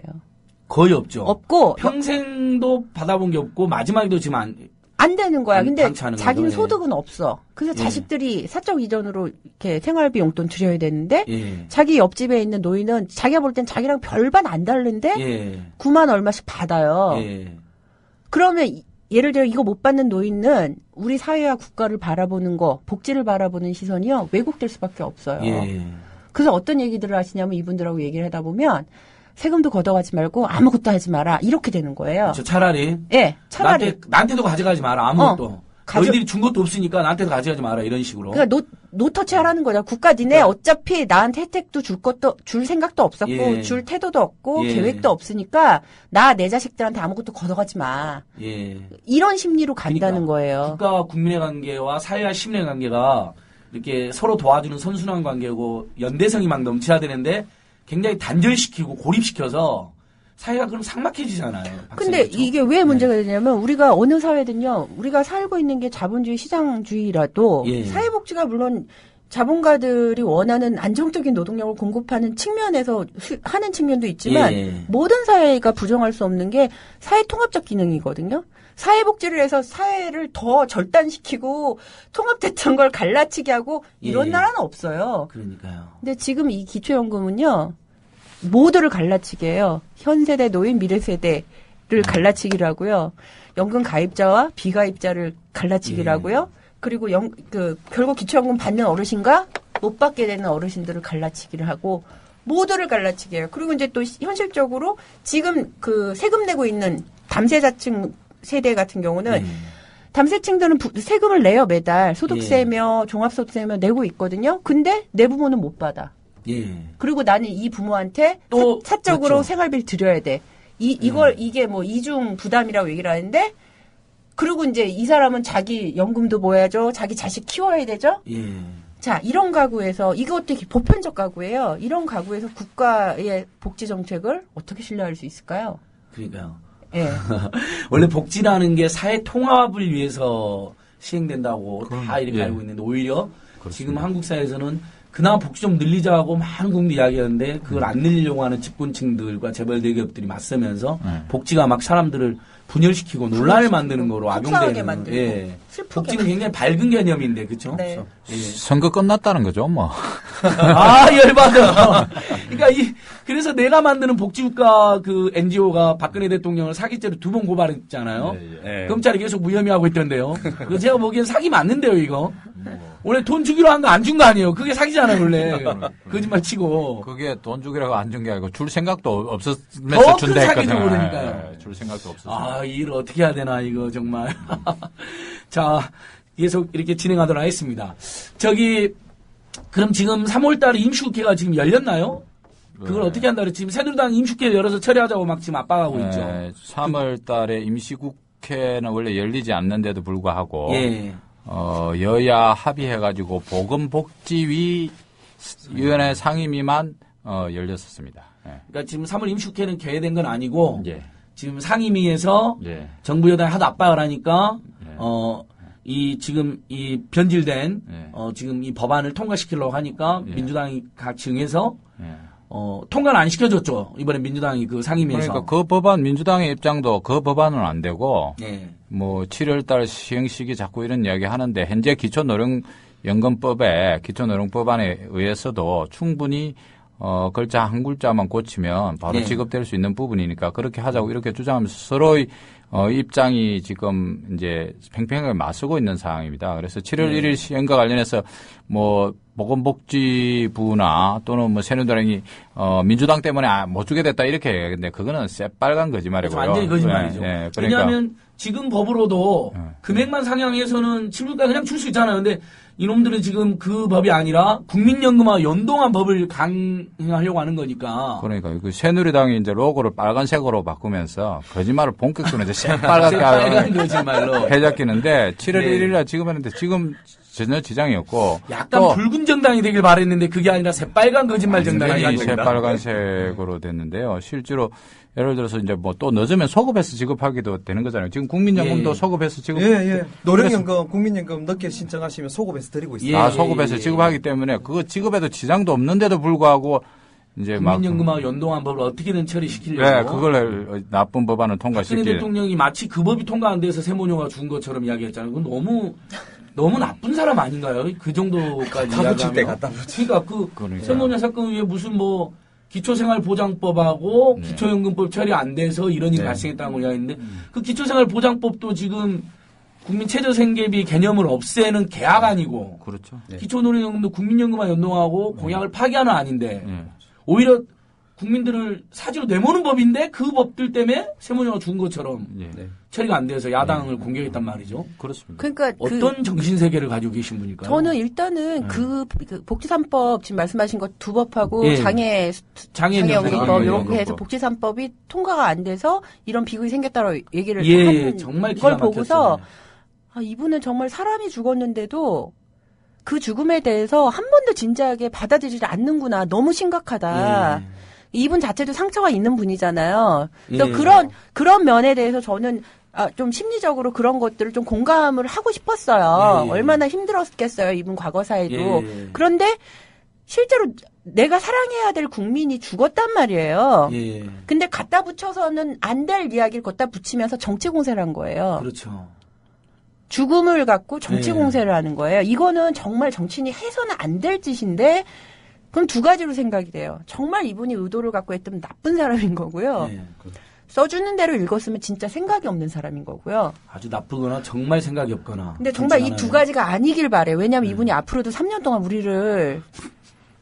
위에 계실 분이잖아요. 3년 반. 박사님 3년 그런가요? 반이나 됩니다. 반. 어떡하죠? 이렇게 많이 나왔죠? 그러니까 저는 정말 이 두 가지 다가 예. 아니길 너무나 간절히 바랍니다. 예, 그래요. 저희는 어차피 뭐 일부 국민들 입장에서는 이렇게 엉망으로 할 거면 퇴진해라고 하신 분들도 있는데 뭐 저희는 거기까지는 지금 주장하지 않는다 해도 하실 거면 제발 잘해라 이런 정말 절박한 심경이잖아요. 그렇죠. 초기에 2012년 대선 당시만 해도 복지, 경제민주화, 경제민주화, 복지국가, 반값 국민- 등록금, 4대 중증질환, 정년보장. 국민 대통합. 예. 이거 할 때만 해도 정말 찍지는 안 해도 잘하실 거라고 기대한 국민들도 상당히 많았을 공약집 겁니다. 보니까요. 네. 노동존중이란 말이 나오더라고요. 쌍용자동차 국정조사, 노동존중, 비정규직 정규직전환. 와, 저는 그게 무슨 노동당 또는 뭐 민주노동당 공약집이라고 해도 손색이 없을 정도로 좋은 표현이 많이 나와요. 깜짝 놀랐어요. 제가 공약집 집에 두면서 맨날 밤마다 읽어봅니다. 아이고, 이거 공약 너무 좋다고 막 하면서. 판타지 소설. 예. 근데 다 어디로 갔어요? 어디 갔어, 우리 좋은 공약? 어디 갔어, 우리 좋은 공약들? 옛날에 그런 개그 콘서트 네, 있었죠. 네, 어디 네. 갔어, 그거? 자, 이제 당장의 6.4 예. 지방선거 아닙니까? 예. 새누리당이 공약을 또 걸 겁니다. 빨간색 그 로고에다가 예. 현수막도 디자인을 잘해가지고 예. 우리는 어떤 선택을 또 해야 될지 참으로 고민스럽습니다. 정말. 네. 자, 이쯤에서 우리 하나 경악시켰던 발언이 하나 또 제가 생각났어요. 그 친박근혜 인사가 어느 날 갑자기 그런 이야기를 했죠. 기초연금 다 약속대로 달라고 하니까 기초연금 받으려고 하는 사람들, 받으려고 하거나 받는 사람들은 인생 잘못 산 사람들이 이런 말 했죠. 그들의 시각이 그런 거죠. 그거랑 예, 최근에 예, 그 박사님, 무슨 의사가 예. 세금 내지 않는 국민인 여자나, 군대 갔지. 남자들을, 군대 안 갔다 온 남자들, 투표하지 마라. 저는 이게 우리 사회의 일부 그런 생각 갖고 있는 병 걸린 분 말하는 거죠. 예, 병 걸린 분. 예. 병 아주 심하게 걸린 분. 병이라는 분. 예. 예. 그 얘기를 보면서 그게 이제 막 계속 기사화되고 확대되잖아요. 예. 저는 그걸 보도한 매체가 너무 좋았을 것 같은 거예요. 자기네가 하고 싶은 얘기를 그 사람이 인터뷰를 통해서 아마 그런 인터뷰를 할 때는 굉장히 길게 하잖아요. 예. 길게 한 인터뷰 중에 뽑아냈던 것 같아요. 그 편집의 어떤 기획이나 어떤 제가 추정컨대. 그래서 이게 굉장히 이게 얼마나 사람을 긁는 얘기예요. 그러면서 그런 세력들이 우리 사회에 있다는 걸 계속 보여주는 거죠. 그러니까요. 계속 보여줘서 그러니까 단순화시키면 돈 내지 않아? 권리도 누리지 마. 이거거든요. 예. 의무? 권리? 이런 양분법적인 걸로 해서 얘기를 해요. 그럼 저는 이런 주장하시는 분들한테 항상 묻고 싶었던 게 좋아. 우리가 나가서 일을 해. 근데 우리가 일하는 거에 우리가 의무를 채웠어. 근데 그 일한 거에 대해서 이 사회가 대접을 안 해, 제대로. 일한 사람이 일한 거에 대가를 갖고 먹고 살 수 있게 해줘야 되는데, 너가 비정규직 노동자들이 얼마를 받는지 아는지, 일일 근로자들이 얼마를 받는지 아는지, 영세 지역에서 가게 운영해 가시는 분들 하루 수입이 얼마나 되는지 아는지, 그런 얘기를 하면 이 사람들은 또 그래요. 그 사람들이 열심히 안 해서야. 공부 잘해서, 공부 잘해서 좋은 직장 찾았으면 됐지. 이런 논리예요. 예. 그러면 그런 논리에 그 자유주의자들의 경쟁 논리 자체에 예. 뭐가 빠져 있냐면요. 1, 2등을 위해서는요. 아래에 있는 사람들이 존재해야 1, 2등이 존재하는 거잖아요. 그렇죠. 모두가 1등이 될 수 없어요. 예. 1등이 빛나려면 맞습니다. 아래에 있는 예. 사회에 함께 사는 구성원들이 희생을 그만큼 감수해줬기 때문에 자기가 혼자 몇 억대의 자산을 갖고 사는 거예요. 그리고 예. 그렇게 구성된 그 자본주의 논리 갖고 마치 임금이 적은 사람은 당연히 그렇게 받아도 되는 것처럼 이야기하는 건 정말 무지몽매한 거죠. 그리고 맞지도 않는 게 마치 이제 뭐 별로 세금도 안 낸 사람들 왜 이렇게 요구하냐고 이런 논리까지 표현하는데 사실 우리나라 세금의 우리 세수의 한 50% 가까이가 부가세 아닌가요? 그렇죠. 그러니까 근데 그 부가세는 재벌 대기업이 된 게 아니라 우리 평범한 국민들이 10%씩 그냥 뭐 소비만 할 어디 뭐 때마다. 가서 네. 살 때마다 다 붙어 있는 네. 거고 또 열받아 갖고 답답해 술 먹고 담배 피면 또 거기에 세금 다 붙어 있고 세금 사실은 많이 국민들이 내는데요. 그러니까 소득세를 돈 많이 벌어서 소득세 많이 내고 싶지만 월급이 적으니까 소득세를 많이 못 냈던 거고 그걸 제가 많이 받고 싶어도 안 줬던 거잖아요, 월급을. 그래서 소득세 네, 조금 냈던 거고, 나머지로는 부가세를 엄청 내는 거잖아요, 전체적으로. 네. 주민세는 주민세를 다 냈고. 네. 근데 마치 가난한 사람들은 세금 조금 냈으니까 발언권 높다는 것처럼 이야기하는데 정말 그건 맞지도 않는 그러니까 거죠. 세금도 엄청 냈고 실제로 내고 계시고, 서민들이. 점점 이 신자유주의 체제를 우리가 김대중 정부 이후로 되면서 경쟁이 가장 아름다운 것이고 경쟁을 할 수밖에 없이 예. 우리를 몰고 가면서 그러면 경쟁에서 밀려 있는 사람들이 닥치게 된 현실에 대해서 너무 그걸 당연시 얘기를 하는 거예요. 아무렇지도 않게. 그리고 그걸 능력과 연결시켜서 능력이 안 된 사람은 그래도 된다는 식의 논리를 강요하는 거죠. 예. 그러면 대한민국에는 인권도 없는 거고요. 그리고 정말 전 반면 너의 1등을 위해서 나머지 사람들이 뭘 했는지 제발 좀 생각 좀 해봐. 그 사람들 생각대로 하면 무슨 삼성 재벌 대기업이나 맨날 1등을 한 사람들끼리만 그냥 살아야 사회가 정상인데. 그러니까 우리가 없어지면 네. 우리가 없어지면 근데 우리가 도대체 없어지면 그 이유는 어디서 만들어질 그 사람들 거고. 살 수가 없는데. 그렇죠. 그러니까 그게 사회잖아요, 그렇죠? 그러니까 저는 실업자도 필요한 거예요. 실업자도 필요한 거고 이 사회가 유지되려면 예. 빈곤층도 필요한 거예요. 이 사회가 유지되기 위해서. 그러면 이분들이 생존을 위해서 제발 인간적으로 삶을 유지할 수 있게끔 누가 책임을 져야 되느냐. 능력이 개인의 능력이 아니라는 거예요. 구조적으로 접근해 보자는 거죠. 네. 아, 좋습니다. 아무튼간, 기초연금 받는 사람은 인생 헛산 거라고, 잘못 산 말도 안 거라고. 되는 소리야, 정말. 정말 재정학자죠. 받았는데. 재정학자라서. 어르신 70%가 지금 기초연금을 지급받고 있는데. 그러니까 그 사람들이 인생을 잘못 산 거라고 이렇게 좀, 몰아붙이는. 저 다 우리의 부모님을 대놓고.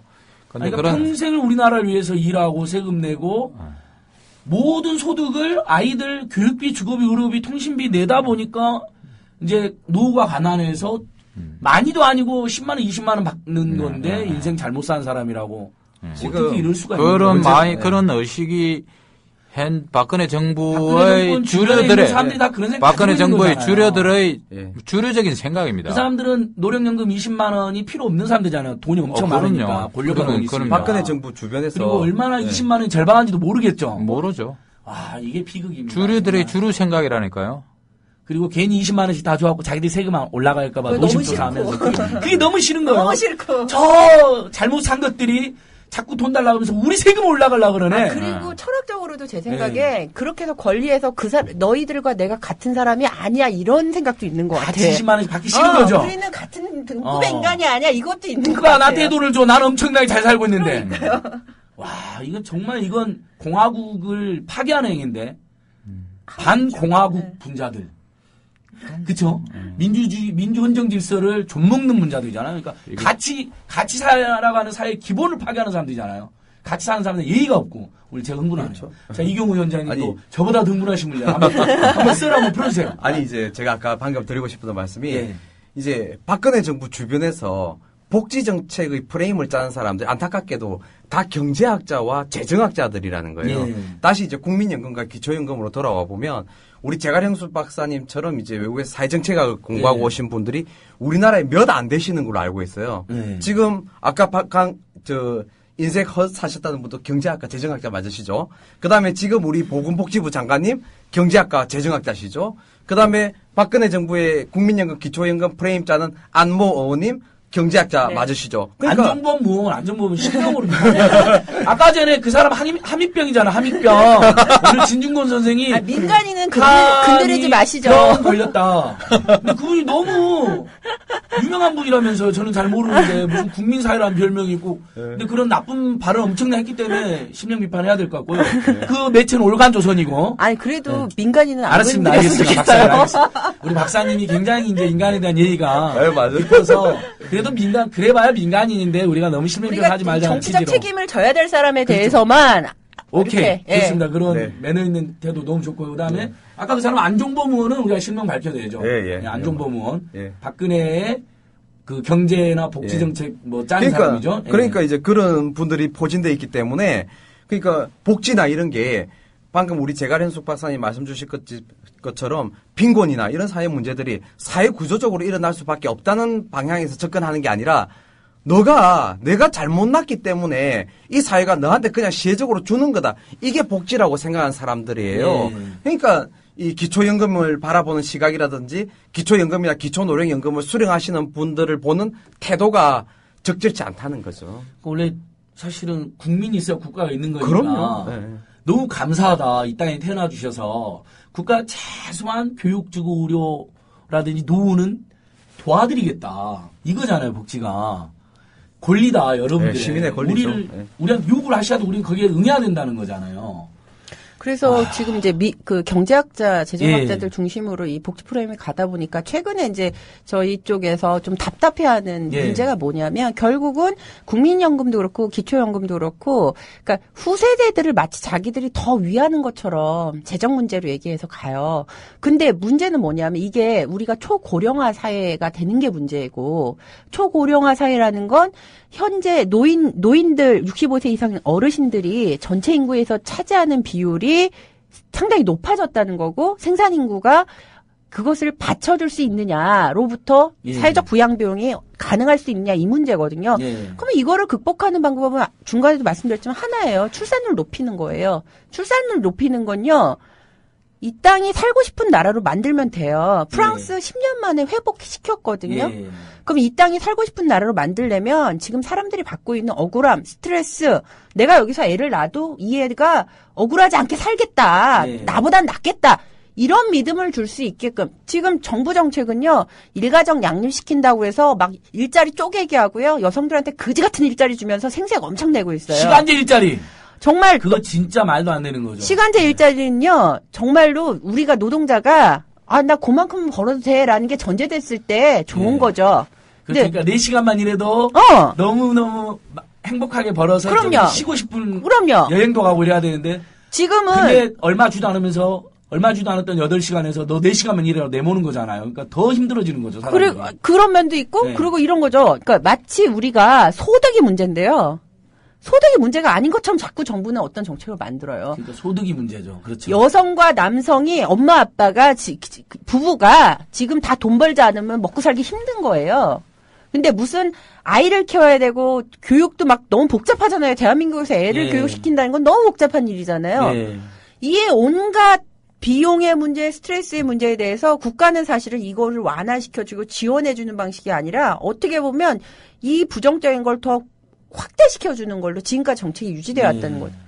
그럼 출산율 어떻게 높이겠어요? 출산율 높여야지 사실 저는 그 부양 비용을 인구 대비로 하는 것도 문제라고 봐요. 생산력 증대가 얘기가 안 돼요. 예. 1인 노동자가 생산하는 생산력이 확실히 증대되거든요. 예. 그런 비율은 얘기 안 하고 오로지 뭐 인구 비율로 해서 야 미래 가니까 청년 어깨 위에 어른들 4명이 올라타고 있어. 이런 그림 보여주면 얼마나 무서워요. 그렇죠.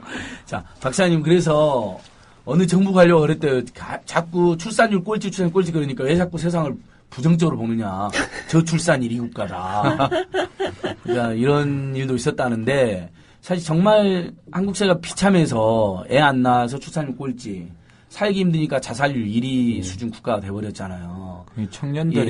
청년들이 뭐 의욕을 가지고 직장도 구할 수도 있고 여러 가지 해줘야 되는데 예. 이 기초연금법안 청년 학생들이 뭐 잘 모르고 있습니다. 모르고 있는데 이 기초연금 법안이 그대로 박근혜 정부의 법안이 통과되면은 예. 현행 기초노령연금만보다도 지금 20세 되는 청년들은 한 5천만 원 정도의 손해를 보도록 되어 있습니다. 평생 동안 예. 5천만 원 정도 손해를 보도록 되어 있고 지금 30세는 한 2천만 원 정도, 25세는 3,800만 원 해가지고 청년 학생들의 미래와 관련돼서도 대단히 나쁘게 이렇게 자꾸 설계해가지고 가고 있는 것이 이 법안이기 때문에 저희가 학교 앞에서 오늘 연세대를 시작으로 대학교 앞에서 선전연설을 시작하니까 예. 상당히 대학생들도 몰랐던 진실과 관련해서 예. 대단히 분노하고 있고 연금의 문제가 결코 당장 지금의 노인의 문제가 아니고 우리 할아버지 할머니의 문제가 아니고 아버지 예. 어머니의 문제이고 이모 삼촌의 문제이고 또 본인들의 문제이기 때문에 훨씬 더 적극적으로 청년 학생들도 분노하고 잘못된 법안을 갖다 막아내야 된다고 이렇게 주장합니다. 그러니까 다시 이제 한번 짚으면 우리가 지금 모든 국민한테 뭐 20만 원 달라는 것도 아니고 물론 이제 그런 전 국민 기본소득 운동하시는 분도 계시지만 우리는 일단은 아이와 학생 경제력이 없고 아직 사회에 도움이 필요한 그러니까 스웨덴의 모든 아이는 우리 모두의 아이라는 구호처럼 아이와 학생 도와주고 전면적으로 무상교육이든 무상급식이든 그다음에 사회에 나와서는 어른들 뭐 20대 30대 40대는 자기 책임을 좀 사는데 아까 세모녀처럼 어려운 일이 발생하면 신청하는 게 아니라 그런 위기에 빠지거나 실업에 빠져 있거나 어려운 일이 발생하면 바로 뭔가 기본 생활이 되는 지급이 좀 되고 이건 약간 선별적으로 되고 그다음에 다시 노인 세대가 되면 정말 힘드시니까 또 평생 우리나라를 위해서 또 우리 자식들 위해서 애써주신 분들이니까 최소한 전 세계에서 노인 빈곤이 가장 심한 나라니까 최소한의 비용을 또 보편적으로 드리고 굉장히 제가 보기에는 아주 합리적이고 상식적인 선인 것 같은데 왜 이걸 끝까지 안 하려고 하는 것인지. 그런 거죠. 그러니까 이 법안, 박근혜 정부의 법안은 청년한테도 나쁘고 예. 국민연금 가입자한테도 아주 나쁘고 노인들한테도 차별 지급해서 아주 나쁜 예. 법안입니다.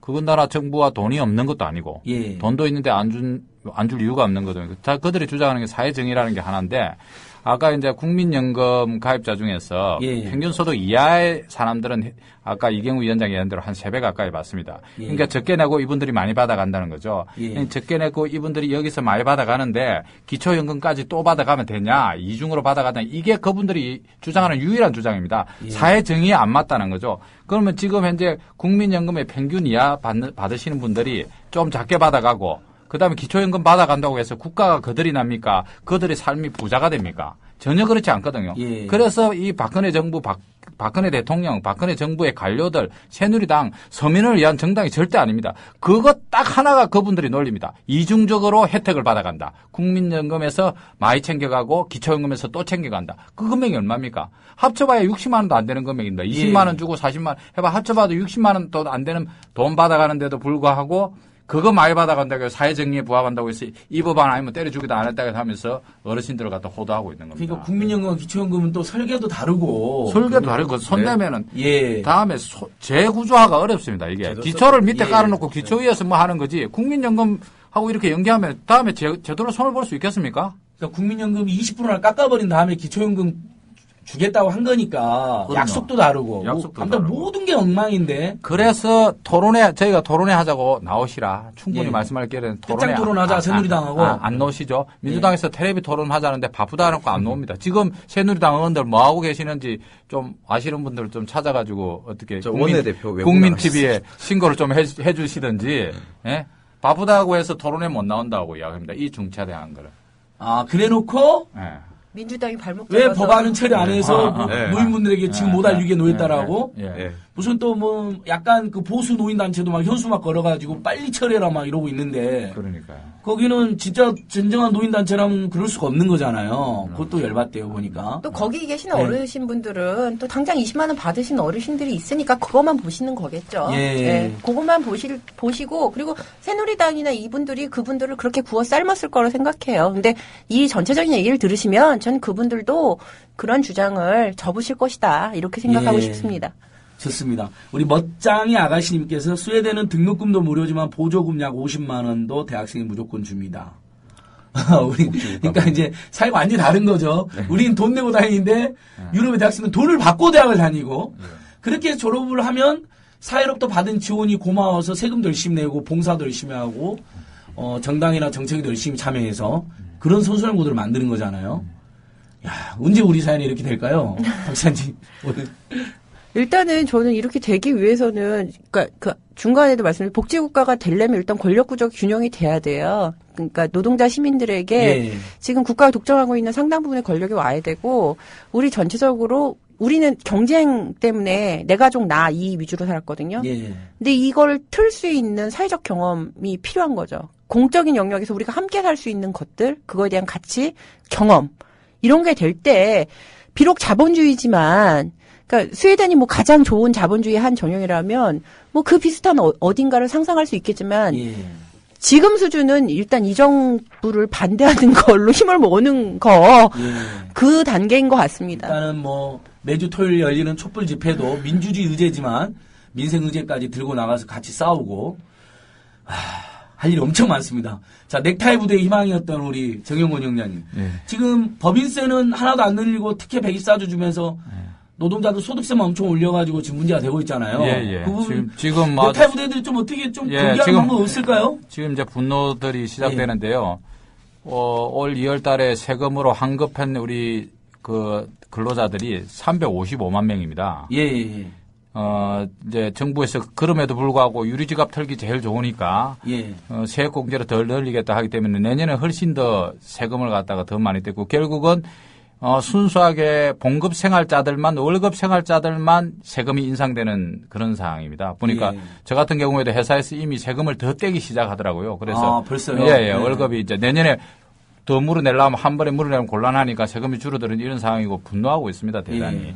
거기다가 재벌들의 지금 창고에는 470조 이상의 산의 유보가 쌓여 있는 예. 이런 상황이면은 이제 좀 멀쩡한 세상, 뭐 제대로 된 세상 오기 위해서는 국가의 역할이 제대로 돼야 됩니다. 그래서 세금 제대로 걷고 또 많이 버는 사람 세금 좀 더 내고 또 기업이 어려우면 세금 그때 깎아주면 되는 거 아닙니까? 예. 그렇게 하고 그 봉급 생활자들이 반드시 세금 올라가는 것과 관련해서 분노하지 않습니다. 봉급 생활자들이 더 분노하는 거는 우리 세금만 올리고 재벌들이나 슈퍼리치들의 돈은 손도 안 대는 것에 대해서 더 분노하고 예. 있고 이것은 이제 올해 이렇게 됐지만 내년으로 갈수록 훨씬 더 분노의 숫자는 올라질 것이고 이러면 사회 통합도 어려지고 예.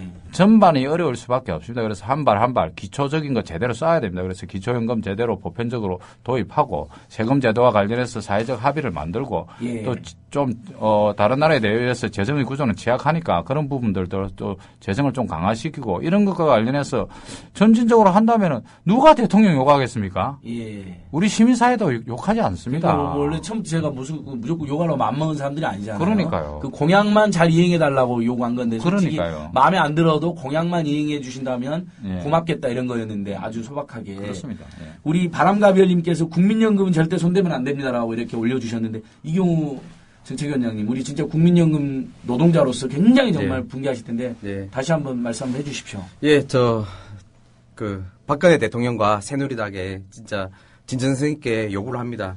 우리 대한민국이 지금 과도한 공적연금 지출로 재정을 걱정할 시기가 아니라 오히려 낮은 연금 지출로 인한 대량 노인 빈곤을 염려해야 되는 예. 상황입니다. 그래서 우리 보건복지부와 또 우리 국민연금공단 경영진에게도 직원들에게 친절해라. 물론 우리는 친절하게 하고 있습니다. 예. 우리들에게 인간적으로 친절할 걸 강요할 것이 아니라 제도를 친절하게 국민들에게 진짜 좋은 제도를 예. 짜주기를 진짜 간곡하게 요청합니다. 예, 이상입니다. 네, 좋습니다. 자, 제갈 박사님 오늘 우리 네티즌들께서 청취자들께서 오늘 오신 세 분들 시원시원하고 그다음 특히 이렇게 복자 관련해서 확실히 진보와 보수가 갈리는 것 같더라고. 이 시민들이 좀 더 복지에 대해서 많이 공부하고 느낄 수 있도록 이런 제안도 있으셨거든요. 박사님 마지막으로 박사님 한번 시원시원하게 정리 한번 해주시죠. 예, 지금 현재 정부가 추진하고 있는 기초연금 법안은 절대 통과돼서는 안 되고요. 저희 국민연금 바로세우기 연금행동을 비롯해서 모든 노동시민진영은 보편적인 기초연금 통과를 위해서 끝까지 최선을 다하겠습니다. 여러분도 더 많은 관심 가져주셨으면 좋겠습니다. 그리고 우리가 국민연금도 더 받게 달라고 운동도 같이 당연히, 하고 있죠. 오늘 예, 기초연금 예. 때문에 그 이야기 마도했는데 국민연금 소득대출 너무 낮기 때문에 그다음에 국민연금도 못 받는 사각지대에 있는 분들도 엄청 많으니까 그것도 더 받게 그 캠페인 네. 병행하고 있다는 거 우리 시민 여러분 다시 한번 말씀드립니다. 예, 오늘 으라차차 국민연금과 기초연금의 최고 전문가 세 분 사회공공연구소입니다. 여러분 잘 기억해 두십시오. 사회공공연구소의 재갈현숙 박사님, 재갈량의 후예, 예, 산현숙이 산근혜를 잡겠다. 예, 그럴 거고요. 그다음에 우리 국민연금 바로세우기 공동행동의 정영권 집행위원장님. 그리고 특히 우리 국민연금에 민주노총 노조가 있다는 게 얼마나 든든합니까? 우리 국민들에게 정말 훌륭한 국민연금 지급될수록 안에서 엄청 노력해 주시는 이경우 정책위원장님. 정말 저도 오늘 세 분께 많이 배웠고 고맙습니다. 청취자 여러분 오늘은 이 정도로 마무리하고요. 다음 주에는 기초생활보장제도 세모녀 사건을 심층적으로 다루려고 합니다. 역시 많이 들어주시고 또 팟캐스트도 널리 퍼뜨려 주시고 트위터로 우리 기초연금과 관련해서 새누리당 엄청난 거짓말 하고 있다는 거 널리 알려주시면 고맙겠습니다. 여러분 우리 다 같이 인사하시죠. 자, 안녕히 계십시오. 또 감사합니다. 뵙겠습니다. 감사합니다.